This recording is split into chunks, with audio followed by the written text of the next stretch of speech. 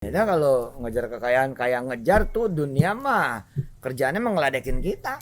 Ngeledekin kita ya. Capek kita malah ya. Kita peluk, dia berontak. Setuju. Kita kejar, dia lari. Setuju. Begitu kita jadi orang baik, digoda-goda sama dia.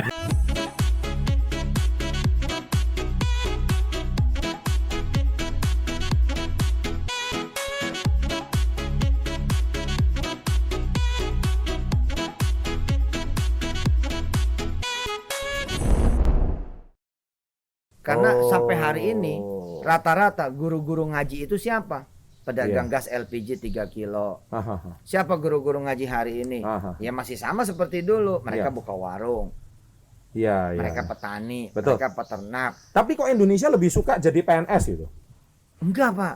Tradisi pesantren zaman dulu nggak ada pesantren yang jadi PNS. Oh. Loh, kalau pesantren zaman dulu kan nggak ada, Pak. Pesantren zaman dulu mah berkebun, peternak, nelayan, buka tambak udang, buka kemudian kolam ikan kayak gini. Nggak ada loh, Pak. Guru-guru ngaji itu hampir nggak ada yang kemudian terikat dengan pekerjaan yang dalam tanda petik gajian, nggak ada. Nggak ada. Cuman memang ini saya pikir memang belum ada yang riset ya. Belum ada yang bikin jadi skripsi, belum ada yang bikin jadi disertasi, tesis, belum. Tapi ini menarik bahwa guru-guru ngaji, termasuk orang-orang tua kami, tidak pernah gitu mengeksploitasi kemudian yang diajar ngaji untuk kemudian kepentingan receh gitu. Tapi bahwa menjadikan pasar boleh dong. Boleh. Nah karena itu kan saya mendirikan Paytrend. Mendirikan Training.net, mendirikan dagang-dagang apa kayak. Betul. Lah orang udah ngumpul masa nggak boleh? Iya dong. Iya kan? Iya. Orang udah ngumpul kan crowd. Iya. Nah kan begitu sudah crowdfunding. Begitu udah ada bukan pasar. Cerita market. Nah ketika market sudah ada, masa nggak dagang? Pasti. Gitu. Jadi rupanya cikal bakal Paytrend dari situ. Wah ini. Nah ini ngomong-ngomong Pak Ustadz nih. IPO bentar lagi. September ya. Insya Allah 2021. Nah, ini harus dapat harga pre-IPO. Iya.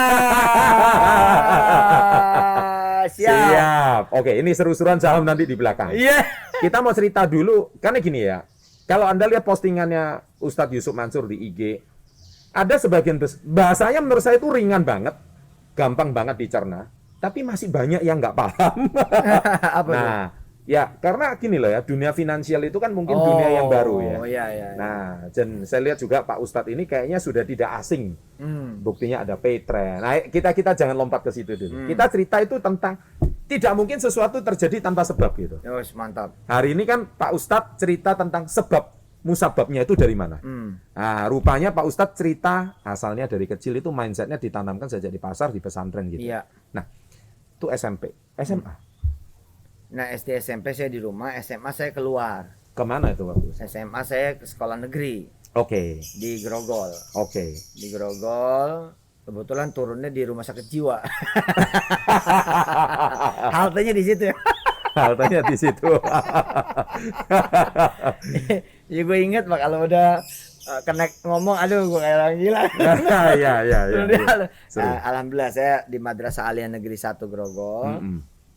Dan ya di sana ketemu lagi dengan orang dengan latar belakang yang berbeda. Terus buka wawasan baru baru dan istimewa di sana. Kemudian juga ketemu guru-guru yang juga nggak kalah hebatnya. Yang membawa saya pada banyak kemudian hobi-hobi baru. Di antaranya hobi baca Quran. Jadi saya lumayan komplit lah ya. Dari kecil tuh saya baca Quran. Seneng tampil baca Quran, tampil baca Quran itu. Nah di Madrasah Aliyah Negeri 1 itu panggung saya baca Quran lebih luas lagi. Di berbagai event, di berbagai acara. Nah terus ada masa nanti di mana saya nggak pengen jadi pembaca Quran. Saya bilang, wah lebih enak jadi pembicara. Ceramah. Nah episode itu kemudian saya dapetin, termasuk menjadi penulis. Seorang waktu masih SMA itu? Waktu masih SMA. Hebat ya. Ya, masa SMA itu ya mungkin ini blessing kali ya. Iya. Ini sebuah berkah. Iya. Dimana doa-doa dari orang tua membuat saya tuh banyak dibukain jalan. Makanya teman-teman yang pada punya anak ya berdoa gitu supaya anak di mana aja dikawal sama Tuhan. Iya. Kawal sama Allah, ada kemudahan, ada jalan, ada lingkungan yang mendukung. Iya. Ada kemudian juga nanti kesempatannya. Gitu. Karena saya melihat di situ luar biasa, termasuk saya dapat beasiswa waktu itu ke Mesir. Iya. Dari Madrasah Aliyah Negeri 1. Dan sejak kelas 2 saya udah dapat beasiswa ke Malaysia. Kelas 2 saya ke Malaysia, kelas 3 saya ada kepastian kemudian beasiswa ke Mesir dan lain sebagainya. Ya. Keren. Ya, untuk orang pada masa itu ya. Iya, kan pasti keren banget dong. Tahun 92 ya. 92. Aku lulus 92. 92 ya. SMA lulus 92. Cepet banget loh. Saya 94 ini Pak Ustadz. Iya, karena saya memang lebih cepat. Oh, memang saya lebih. Sekolah lebih cepat. Oke. Karena sederhana aja, sekolahnya punya sendiri. 92 berarti umur 17 tahun. Kurang kali ya. 16 ya. Kurang lebih ya. 16 udah tamat langsung ke Malaysia ke Mesir itu kan. Nah, ini jalan Tuhan. Mungkin jalannya jadi nggak begini. Kalau ya kita harus percaya ya bahwa cerita itu bukan punya kita. Iya. Kisah bukan punya kita. Iya. Jalan hidup bukan punya kita. Iya. Jadi teman-teman saya, termasuk saudara saya Irfan, itu udah malah berangkat ke Madinah. Udah pada ke Mesir, ke Madinah. Nah sebelumnya udah pada, pokoknya mulai dari ngurus surat, apa segala macam. Nah, saya sebagai champion. Iya. Jadi saya saat itu menjadi juara se-DKI. Iya. Nilai apa aja saya tertinggi saat itu. Tapi kok saya nggak dapat panggilan apa-apa gitu. Iya. Nah, kira-kira berapa bulan pas Irfan berangkat ke Madinah, saudara saya kan pilihan kan, bisa ke Mesir, bisa ke Madinah. Gitu. Iya. Terus saya memberanikan diri sowan ke kepala sekolah. Iya. Pak Mustafa Zain waktu itu. Pak, kok aneh ya? Saya yang dari kelas 2 udah dapat kepastian ke Malaysia. Negara loh itu. Terus kemudian SMA-nya kelas 3, kemudian saya juga champion, the best kandidat buat ke Al-Azhar Kairo gitu. Iya. Ke Madinah kok nggak ada surat panggilan apa-apa gitu, nggak ada mesti ngisi form apa-apa gitu. Tahu nggak, kepala sekolah langsung pucet. Tiba-tiba kepala sekolah pucet, langsung minta maaf dia. Ya Allah, maaf ya nak. Ya Allah gitu. Saya down tuh. Ada apa nih kok ya Allah. Surat kamu di lemari bapak lupa dikirim kemana-mana. Loh. Jadi nggak jadi berangkat tuh? Nggak jadi berangkat. Waduh. Dia kelupaan. Ya ampun. Tapi segitu dulu saya sewot, marah segala macamnya. Itu yang terbaik. Ini menarik ini Pak Ustadz. Ini kayak ini musibah atau berkah gitu lah. Ini kan nggak jelas ini. Kan rahasia Tuhan ini Pak. Pak Ustadz. Ini kan anak muda ini sering galau nih.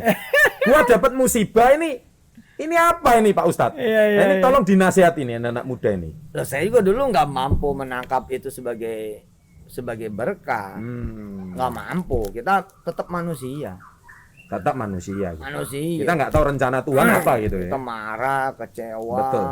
Saya yang selama 3 tahun menjadi anak baik, mendadak berdiri dan nunjuk-nunjuk kepala sekolah. Aduh.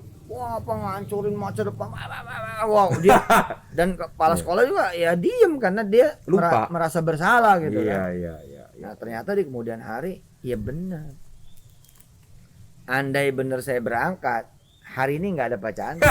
Iya, lain cerita. Ada cerita. Nggak ada Petren ya? Nggak ada Petren. Nggak ada istri saya, nggak ada Wirda. Mungkin namanya jadi beda semua.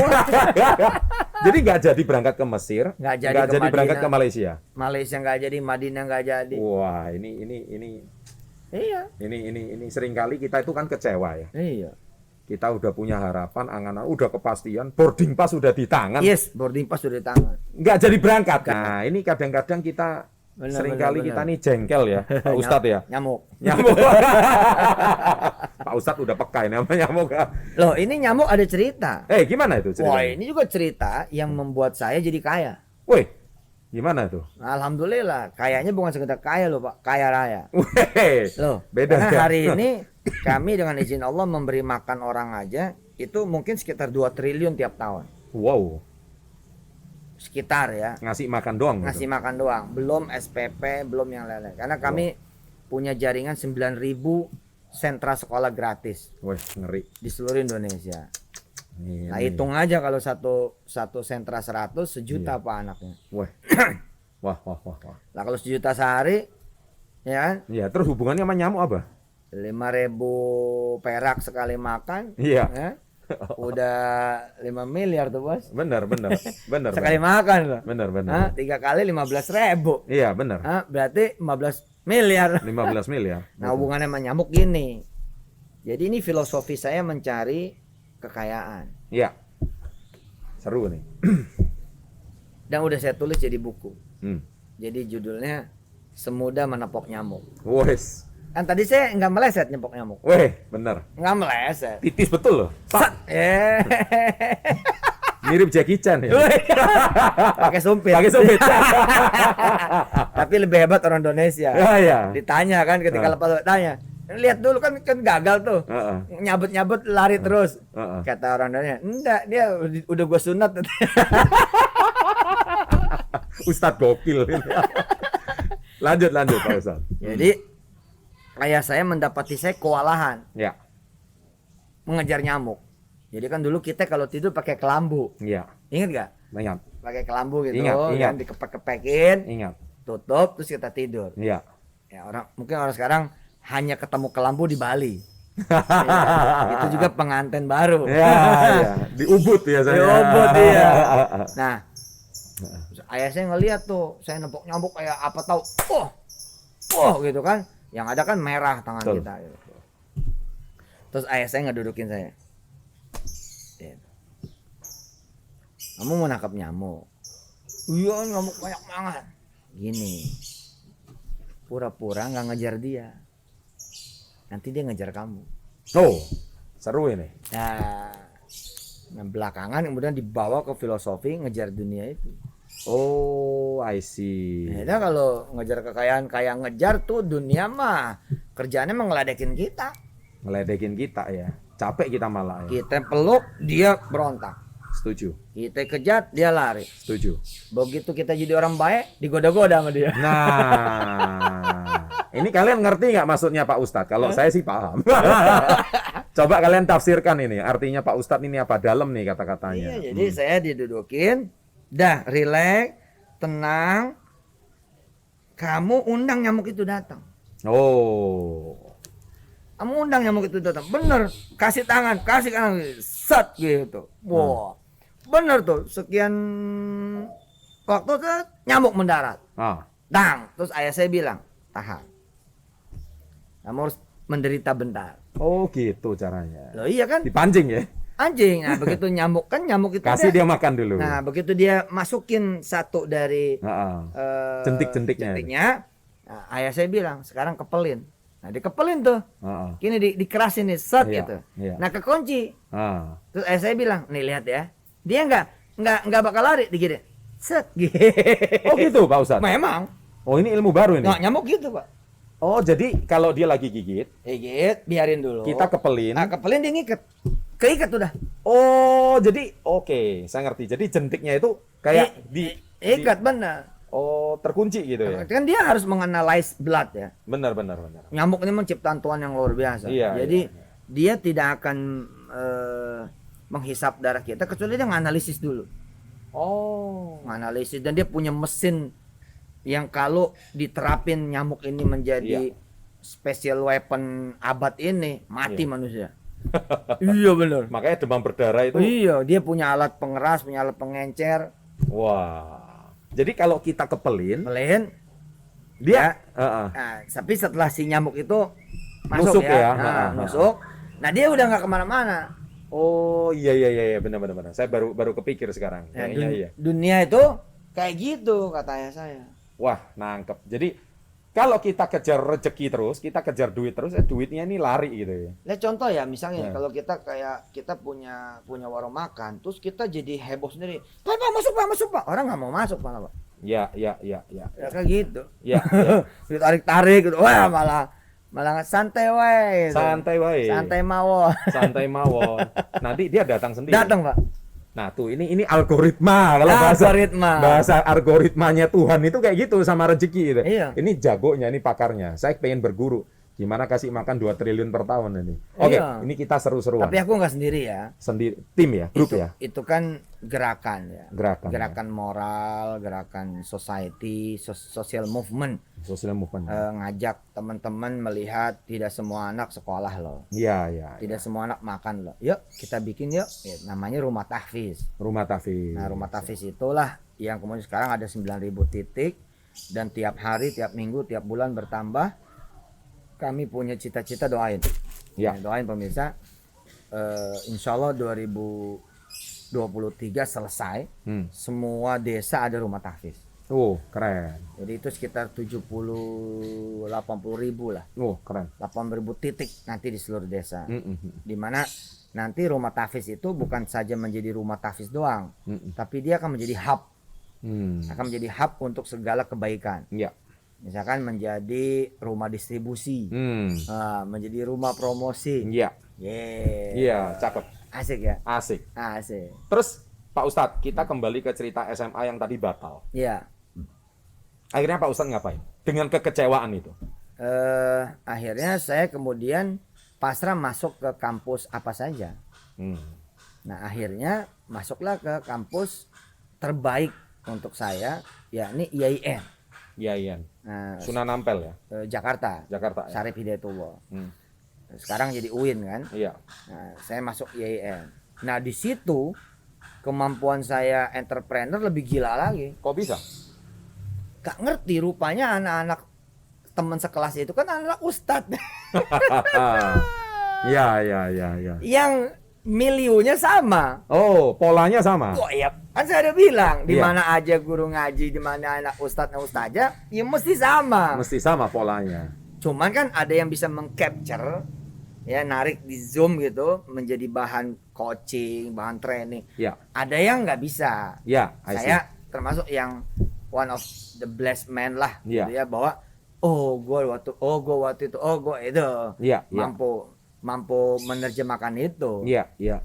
Nah, ketika saya di kampus karena ketemu anak-anak yang homogen, kerjaannya bisnis, asli loh, ngerjain apa aja tuh, zaman itu tuh.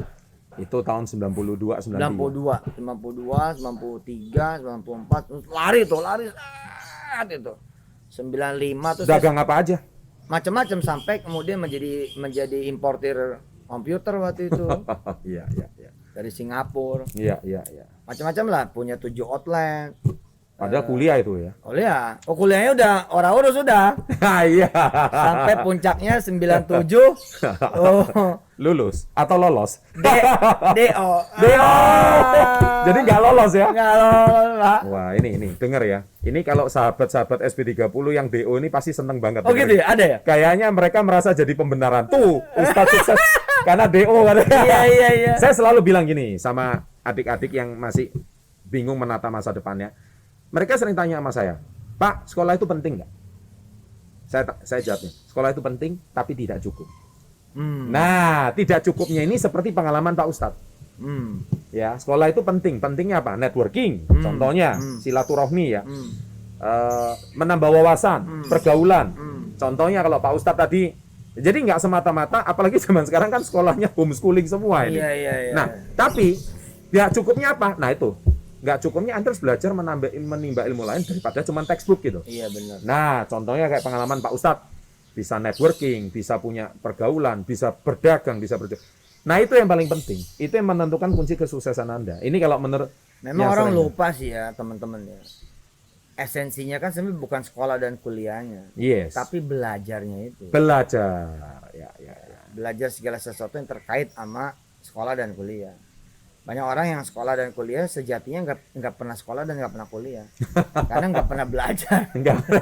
Iya. Jadi belajarnya yang lain ya. Boleh nggak sekolah? Ya boleh asal belajar. Asal belajar. Boleh nggak kuliah? Ya boleh asal belajar. Asal belajar. Karena belajarnya itu.